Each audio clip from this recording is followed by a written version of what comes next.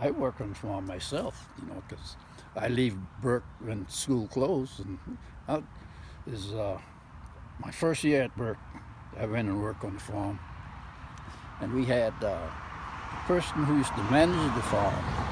He was a tall guy, had a heavy voice, and we working for him during the summer. I was working for $1 per day, and in August they usually give you a raise because you're getting ready to plant for the season. Mm-hmm.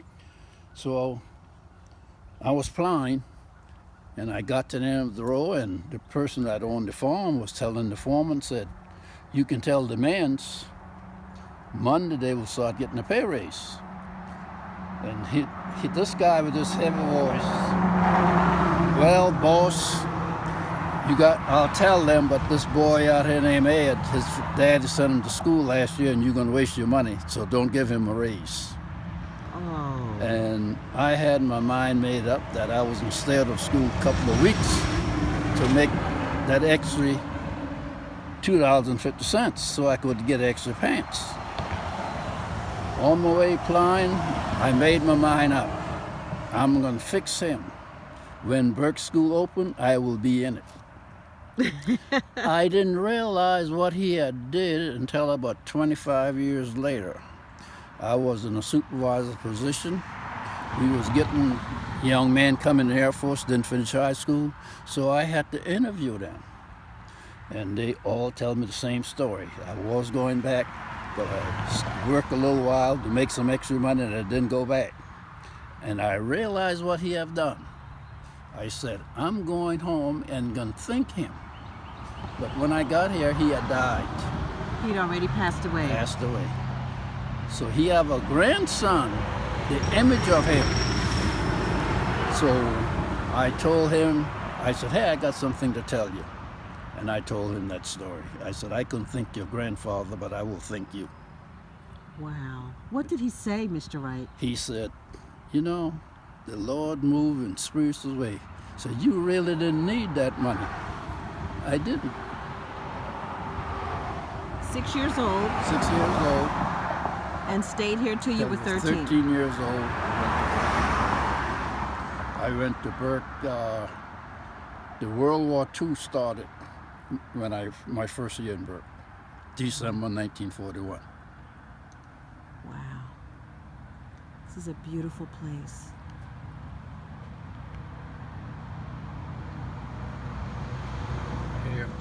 And I didn't realize that you get new eraser or complete chalk in a box. We always get the used eraser and the piece of chalk from the white school.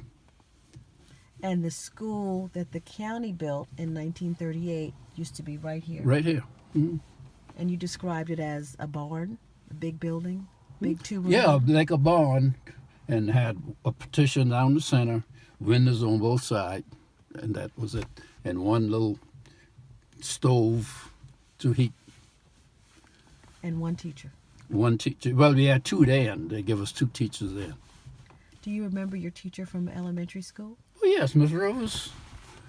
And that was my teacher, and the other one was Miss Jenkins. Miss Jenkins. Mm-hmm. What was she like? Miss Rivers, that was nice, because then you see your first teacher, you always like your first teacher, And, Can you remember something that she taught you or told you? well, yeah, learn to be quiet.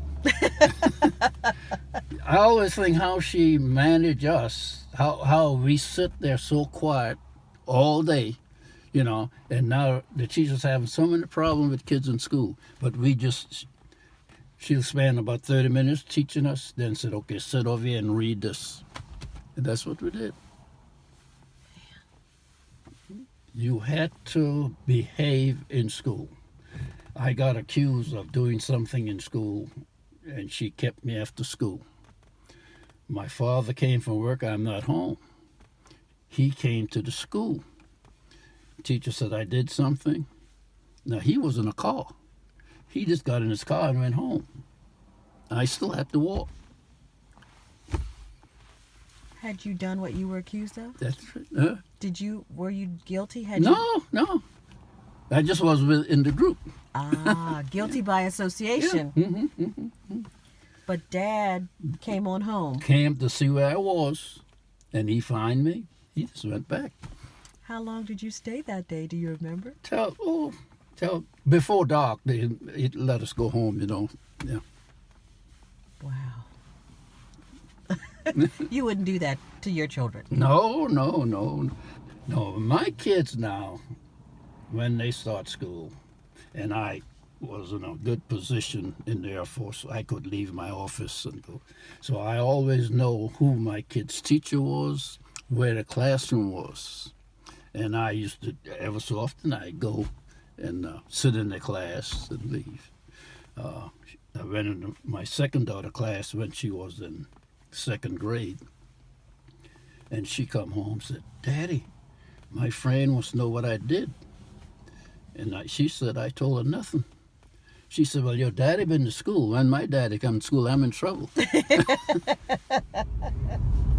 Going back to Rantowles provided really unique and humbling insights into a key foundation of Mr. Wright's life.